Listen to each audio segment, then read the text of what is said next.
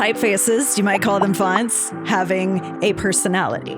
Like you look at them and they seem friendly, or they seem formal, or they seem, edgy. Looking at your competitors and picking a color that they are not in fact using makes it a lot easier for you to just kind of immediately stand out. Your logo is going to draw in people that need what you're selling. So you want to make sure that it feels like a thing to them that they are interested in. So it helps you connect to your audience, which even if you're a startup, I don't think you can avoid doing. You need people to want to know more about you. Your logo is going to draw in people that need what you're selling.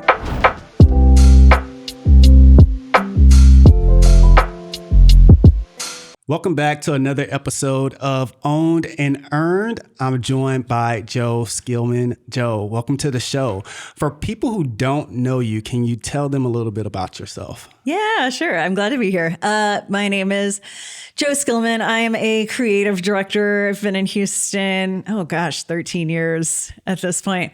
So I'm actually a freelance creative director. So I work with agencies and individual clients. My background is in branding and engagement campaigns, and I do both design and copywriting. So a lot of brand voice in there, and really just a lot of developing personalities for brands.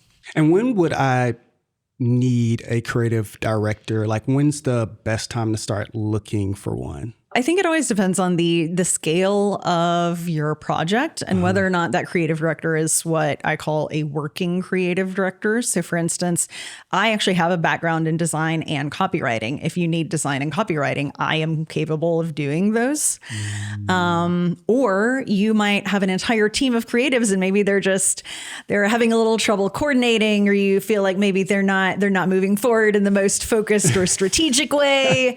And you want someone who's a bit more senior who can kind of come in and give them a bit more of a direction, as well as, feedback on the things that they're producing. Like, hey, did we forget that the brand actually told us that this is a goal that they would like to have? Or, hey, maybe humor is not right for this audience. And while that is a lovely idea, we should keep moving.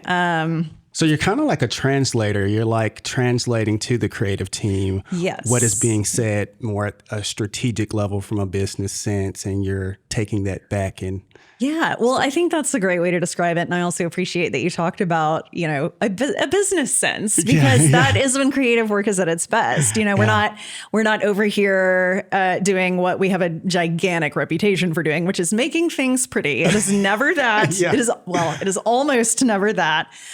We are almost always, taking from you. There's some kind of strategy. Like what are you hoping your audience knows, or what are you trying to communicate? Or, I'll work with brands who have realized they're at a transition point, like, hey, we've come this far. Now we're wanting to be up here. What do we need to do to get to that point? And the creative can, in fact, support that work. Like it does not have to be making things pretty. It is very much like, where are we hoping to go? How are we hoping to communicate? Who are we communicating that to? And figuring out ways to do that. So you're probably a good question asker, because I'm assuming they probably don't always know all the answers to the questions. They don't. Yeah. No. I mean, occasionally you have folks in-house who are great. You have, a really thoughtful CMO or like a VP brand or a VP marketing that, they have figured these things out and they have questioned their leadership, and they come in and they're like, here are our goals. This is how we're going to do them. And, we need your help to make this happen. And you can. And you got to love working with those people. Like they're on it. But yeah, often you do have to kind of tease it out, dig it out, coach it out of folks. Yeah. Today we're talking about design and how to connect it to ROI, something that you are very familiar with. What would you say design is? Because a lot of the people that we talk to in our space say, I not too worried about the shapes and the colors, just, hey, put it on the flyer and let's go, black and white. And, some people argue maybe the complete opposite of that. They're so engaged to the point where they won't even move, until it is like what they would call perfect, and they love the visuals and they love the colors. What's your take on that? Yeah. So I think we see a lot of the time folks kind of synonymizing design with graphics or design with visuals. And it's not that at all. It's design is, human interaction and human use cases. And so you'll say, someone might say to you like, oh, it does not matter to me what color this is, or you know what, I don't need this to be designed. I don't care.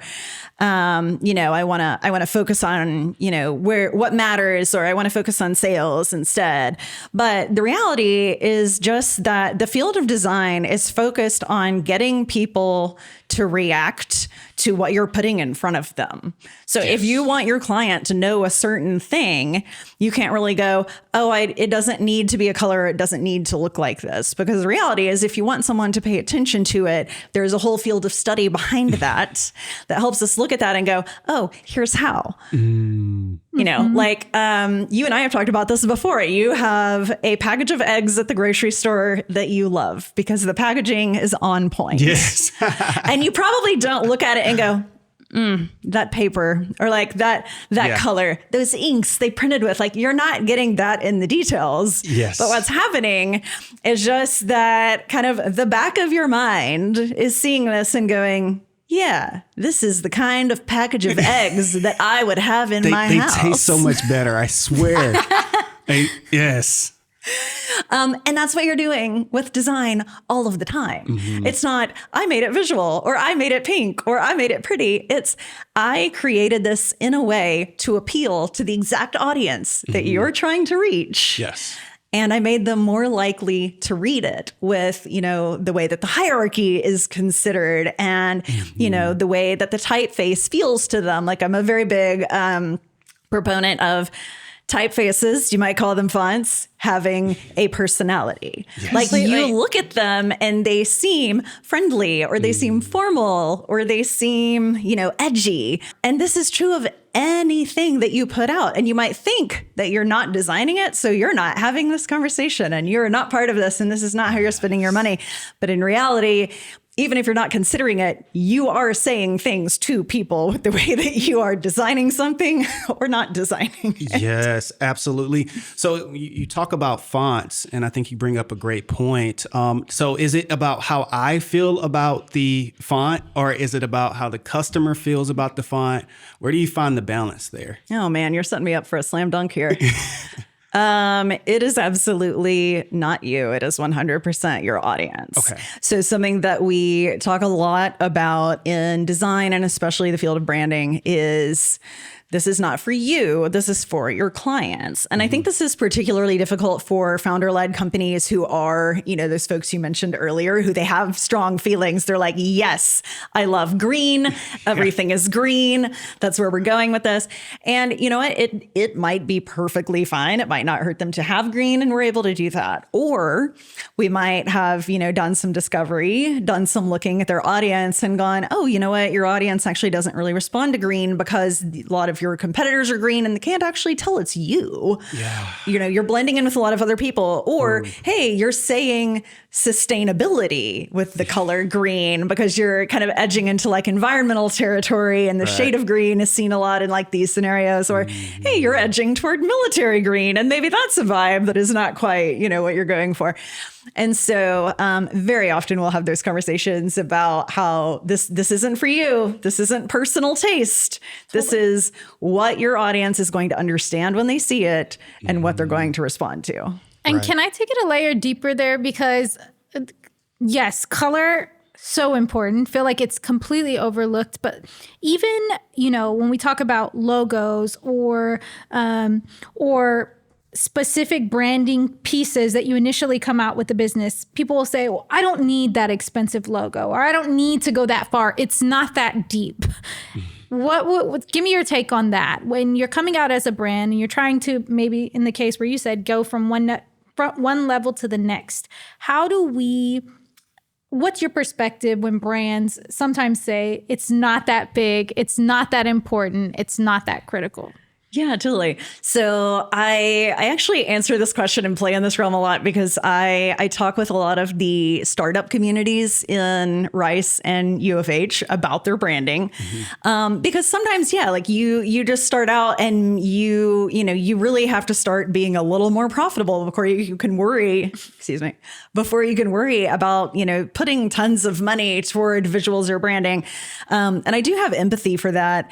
And I think there are trade-offs. So I mostly just hand people, like, here are the things to consider. If you still feel that way and you want to pay someone on Fiverr or have your kid do it in Microsoft Word, all of which are things that I have known to happen, you can. But the thing is that your logo, first of all, it has to do a lot of work. So a lot of times people will build really complex logos and they won't realize like, oh, this actually needs to be able to like shrink down tiny enough to be printed on like an enamel pin or be put on a Sharpie or look good on my business card when it's only half an inch tall. And that is actually hard to do. Just creating something that is visually distinct, that, draws someone in, makes them curious, makes them want to know more. Logos can do that. If you don't have a professional building your logo, you might not be getting your logo to do those proper things.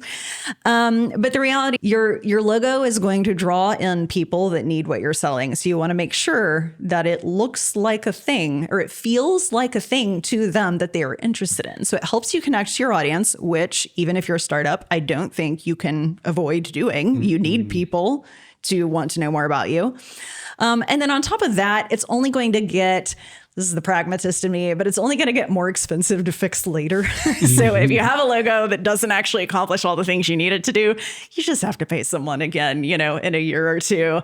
And then what brand equity you have built, you kind of have to start over with because now you look different. So, if that doesn't really bother you, if you're like, what, my first year and a half, all I care about is funders. And this logo seems to be working fine. And in 2 years, I'm going to redo it and rebuild a little of that equity. And that's okay with you. Then, do that. But if you don't want to have to redo that work and you do want to start out with your logo, saying the right things to the right people and actually drawing people towards your business, like, it's a missed opportunity to not, I would say. Completely. Yeah. The idea that the design is part of your brand equity. Yeah. Wow. Huge. Yeah. Huge. Yeah. That will accrue value literally over time, and you don't think about those things when you're starting up a business, and you also talked about looking at your competitors. You don't want to like have your logo looking like theirs. So how do you kind of avoid that? Do you like do some research and look more into, what your competitors, their design, their color, their messaging, what's the approach there? Ideally, you would usually will ask the client, who are your competitors? Because they're going to know that answer, far, far better and with more detail and nuance than we do. But usually, we will do a little bit of an audit just to make sure there aren't any really big overlaps with logos. The world is much smaller given our digital connection at this point. And so it's impossible for me to go, no one else in the world has this logo because I don't know what all of them are. That is why we have, IP attorneys. But if there are folks that for sure of who are in your space, we absolutely want to make sure you look different from them. Better, actually, because of course. But this is actually one of the things that I bring up specifically when people are choosing colors. I think there's a tendency in certain fields to use the same colors over and over. And we're, maybe a little bit afraid of getting outside of that. So for instance, like, there's a lot of color theory in the world with regard to, warm colors make you hungry or seem nice when they're associated with food. So if you think of, Burger King, McDonald's, Wendy's, Jack in the Box, there's a lot of red, a lot of yellow, a lot of orange. You get into like Popeye's chicken and all of those, like they're all very warm. Then you get into financial institutions and they're all very blue because blue in theory builds trust, makes you seem, very trustworthy. And then of course we mentioned earlier, green for sustainability, things like this. So I think that, people like to go, oh, well, I'm supposed to be orange. I'm, a fast food restaurant. Why would I not be, orange or red or yellow? Right. When in reality, looking at your competitors and picking a color that they are not in fact using makes it a lot easier for you to just kind of immediately stand out from those folks. Since we're leveling on logos here, like when is it time to, update the brand look, change it, our people talk about legacy logos and things like that, having a role in this type of conversation. What's your take on that? Yeah. There are a couple different ways to look at this. So one is when your logo is not serving you. Mm-hmm. So either it is overly complicated and so you're having difficulty reproducing it. Like say you can't embroider your logo and it's just causing you problems. That's a good time. That's a good time to look at something else. That's also probably a clue that, maybe someone did it several years ago who maybe wasn't a designer and didn't think about you having to embroider your logo. But kind of the easy one is when it doesn't serve you anymore. So maybe it is, looking dated, because I think a lot of folks don't realize this, but, graphic design follows the same kind of trends as other things do. So for instance,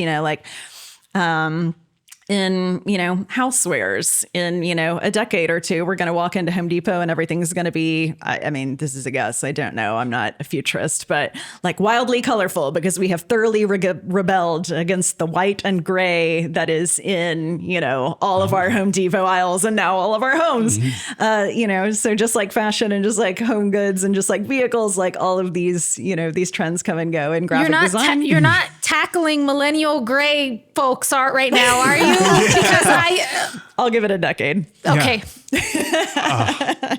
No, you're spot on right now if you're gray. But design, typefaces have their trends.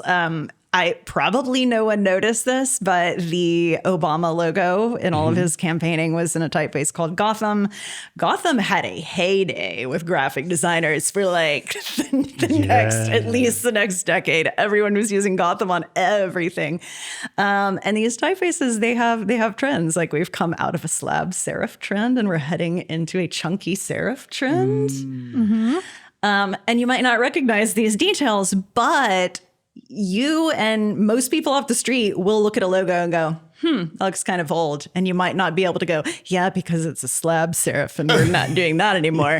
But you're going to know, like we're exposed to a lot of good design these days. You have an iPhone in your pocket and all of these apps that are beautifully designed, most of them, we hope.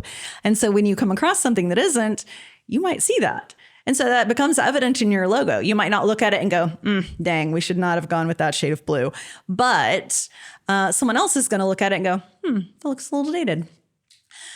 So I think those are kind of the two. So there's one when it is just literally not working for you for very straightforward reasons, like you can't embroider it or, it's difficult to print a gradient or something like that. And then the other half of that is kind of zooming out and just going, does this feel like us? Does this feel like current us? Mm-hmm. And sometimes that can be difficult to do because you see this logo in 800 places every day and you forget that you need to think critically about it ever again. You're like, you know what? We spent a lot of time. A lot of people had opinions. We finally got it. We don't want to mess with it again. Yeah. But, folks around you can be a great source of information on this. You can just kind of go, oh, what do you think? What does this logo look like to you? And if they're like, this looks like 1980s oil and gas, you're like, all right, maybe we should look at something different because that's not what we do. Yeah. Yeah. One of the most evident examples that comes to mind is MasterCard. For me, I had listened to this webinar with their CMO, who's brilliant. Raj's like everything he shares, he's got a great book out. But, they did that whole study of if we remove the MasterCard name, is the logo still recognizable? Mm-hmm. And they found that it was astronomical. When you saw those two circles, it didn't matter where they saw them, how they saw them, that is MasterCard. Mm-hmm. And you're seeing this with a lot in terms of trend. Mm-hmm. It was remove names from logos and also round out things, make them less pointy. And so when you see major brands doing this, I'm like, you've got to take a look, even if you're, a smaller brand, and why are they doing that? And kind of leads into this next, idea, which is, does staying on trend and updating your logo, does that impact ROI? Like, when we look at something and we say that it's dated, does that drastically change who buys it, how they buy it, why they buy it, if we buy it? And does actually updating this impact the ROI like on a business? Yes. So I have a great example for you, because I do field this question a lot. Folks will go, well, if I'm going to pay this much for, a new logo or a new brand or new messaging, like what is that going to, buy me? And they want it very quantifiable. And of course, the bad news is that that's very difficult to do in forms of brand. It's kind of like saying, what is the ROI on if I purchase this new pair of shoes or this new tie? And it's kind of like, well, your hope with that, at least a little bit of you, is like, this will make me seem a certain way in the eyes of my audience. And your brand is very much the same way. So, and I do want to say that you talked about a very relevant thing, which is kind of that years of recognition in your logo, that brand equity that's in your logo. It's very few brands that are big enough to have that. But if you have it, that is in fact a third consideration when it comes to changing it. If Nike suddenly up and wanted to change their check mark, would that be a good plan for them? Probably not. They have a hefty amount of brand equity in that check mark. But to come back to ROI and kind of tie all of this together, I have one example I really like to use, which is the Lego logo. So most of us have probably not noticed when Lego has updated their logo, because they do it really, really minimally. And so I think this is probably within, the last decade, not super recent. And I forget if they added a stroke around the letters or removed a stroke around the letter. It was just something so totally minimal that they shifted about this logo. Now, when you're a Lego and you change your entire logo, think about how expensive that is to alter that everywhere it exists. I mean, not even just the digital space, but, they have museum exhibits out there that they're having to swap this out. They've probably got the logo built in Legos somewhere that they're having to redo all of those, all of their packaging, all of their, signage anywhere that they have signage. I mean, it's wildly expensive for really large brands like that to alter their logo. So why on earth would they spend this amount of money doing a change this tiny? Well, it goes back to your egg package. Yes. It's, they recognize, if we want to stay industry leading, the application of this little tiny stroke or getting rid of it is actually something that makes our logo look more current, like it was looking a touch dated or it was a little too complex. And we want to make sure that it stays current because we want to make sure that we stay current. And we know that even though someone's not going to look at that and go, how dated, they don't need that stroke on there. We have enough design exposure throughout our lives to look at that and go, that looks a little dated. And they didn't want to do that to their brand. They want to always be seen as the industry lead and, the most creative and doing things before everyone else. And their logo has to reflect that. So, your ROI, it actually costs you a lot of money, but how much is that worth when it comes to the way that you're seen as a global brand? Yeah. Absolutely. And, and talking about trends and things of that nature. So when is it not okay? Because you've told us before, you don't want to attach to trends. You don't want to flip your whole business and hop on the wave of a trend. So how do you kind of stay relevant though, without, for us, it was collage art. You're like, I don't know if you want to just, switch your, and then I went home and I thought about it. I was like, yeah, we probably don't want to flip our whole website to collage art just yet because it might be irrelevant or we might not really just stand out. So when would you, how do you approach that? Trends and staying relevant and while not changing your whole identity. Yeah, totally. I mean, I think it's easier when you work in this field because you're looking out for them, which is why I can tell you guys that Gotham, the sans serif typeface, had a moment after the Obama campaign. No one I know knows that off the top of their head. They're not looking for that. So if you're working with someone who keeps an eye on that, because that's the field that they work in, that's really the easiest way to do it. But I think a lot of it is just a general awareness that like most things in our lives, if you did not see them 5 years ago and suddenly you see them lots of places, that's something that, perhaps you should avoid.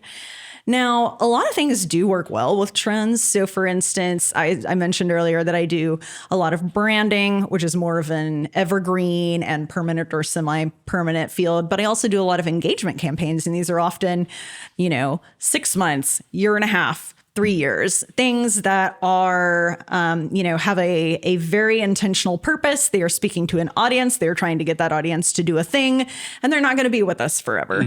So you can lean a little more into trends in certain ways if it's not something that needs to be evergreen. So, I mean, if you guys want a collage because you want to put one on your door and then next year you're going to swap out your artwork, then go for it. That is totally fine. But I think, the best idea if you're not working with a professional, I think, is to just go, how long have I been seeing this around and how much have I been seeing it? And if the answer is not long and a lot, then you're probably dealing with a trend. When you talk about ROI, it's not necessarily everything that you're gaining or making off of this particular logo, but it's the amount of money that you're saving. For some, could be thousands of dollars, some hundreds of thousands, for some millions and millions and millions of dollars to rebrand just about everything that you put your stamp on over time. And you talk about Nike. It's like, yeah, I couldn't see Nike with another logo. Like I need the check on my shoe, So, but really thinking about it through the lens of like, what will this cost me? What will this mistake cost me? Like for you helped us because we had to redesign our whole website and a lot of other marketing materials. So thank you, Joe, for that. And that's why you need a creative director, and that's what a creative director is. So it's things like that. But what are creative ways in a creative sense that you could measure the ROI? So one easy way. Well, I hesitate to say easy, but with technology and ways of distributing our information digitally, there are lots of built-in measurement tools. So for instance, one of the simpler ways to just test what are people responding to. And this is not necessarily visuals because, most people pick a brand direction and stick with it. You're not going to build two and then test them in the public because that would create all kinds of confusion. But so something people do a lot, for instance, with emails, is they'll do an A/B test where you try two versions of something with one, different change. It's almost following, the scientific method where you have one variable and we see how it does. So for instance, if you're going to send out two types of emails and you're going to use two types of subject lines. Well, you can easily look at metrics on that and see, who opened more of which email. And then you'll know, humor did us a favor here. And it's not something you need to do once, think and then stop doing. It's something that you should continue to do periodically with all kinds of your communications. So in wrapping up here, what type of questions should business owners, marketing professionals, PR people who are, thinking about maybe it might be flipping their logo, doing something different with their messagings. What questions should they be asking themselves? Or even to give you a double barrel question here, what questions do you sit down and ask them when you first sit down and start talking to them, since we opened up talking about questions? Ooh. I think most folks who work in marketing are going to be like, duh, but we're always going to ask you first about your audience. Okay. Who are they? What do they care about? There's something that, folks do a lot in marketing is this idea of building personas. So identifying the, representative types of people who interact with your product or service or brand. Okay. And trying to get to know them, building empathy for that person. So, what are their struggles? Why might they need a business like yours? What are you giving them that they can't get other places? just all kinds of things, just kind of digging into the, the mind of who your audiences are. What we're going to do outside of that might be a little trickier is testing that you are in fact correct about those types of things. So you can tell us all day that your audience member is this. Is there data we can collect, surveys that we give that we actually might find out that you think you're talking to those people, but you are not talking to those people. And maybe you actually don't need to be because they're not the ones buying your product. Or maybe you very much should be, and you're not in the right place or saying the right thing for them to see you. So we're going to focus a lot on audience. I think, the other side of that comes back to your business strategy. And again, that's kind of an ask questions, then test assumptions type scenario. So you want to sell more of this product because you think that will enable you to, scale up as far as profitability and being able to offer and develop even more products. And so we might, go talk to folks who buy this product and they're like, well, actually, I would really love it if this was something completely different. And those are great things to know. So it's not just, what do you want to put out there for your client? You have to, make sure that there is a market for your product and then make sure that, the assumptions you're making about that market are right. And then making sure that, the thing that you think that you're good at or the thing that you think that you're selling is in fact the best thing for you to be selling. Well, Joe, thank you so much for this rich conversation. Truly enjoyed it. Where can people go to find and connect with you? Oh, man. You can get to most anything about me on my website, which is my name, which is Joe Skillman, just like it sounds.com. And there you can find me on Instagram, where I am very boring, and LinkedIn, where I am slightly less boring. And, feel free to reach out to me. I love meeting, Houston creatives and other folks in the city doing interesting things.